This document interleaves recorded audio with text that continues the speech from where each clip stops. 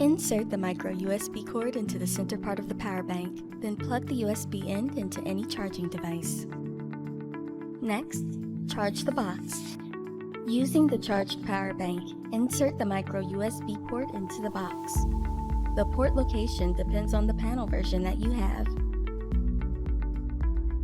To open the box for the first time, press the power button and use the default master code 1, 2, 3, 4, 5. First, press the Add LoxxBoxx button on the app home screen.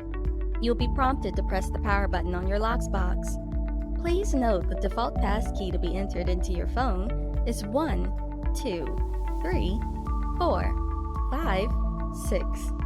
The LoxxBoxx itself will flash blue while looking for a Bluetooth signal. It will turn solid blue once connected to your phone. Please note, if you're using an Android device, Google requires that location services be turned on for Bluetooth cell functions to work. Select Pair. Your app will now prompt you to connect to your Wi-Fi network. It needs to be a 2.4 GHz network, and the strongest network is displayed first.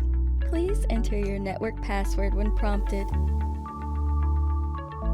At this point, you are prompted to name your LoxxBoxx. Once the new LoxxBoxx name is saved, you are taken to the app homepage. If you have not changed your master code, please do that now.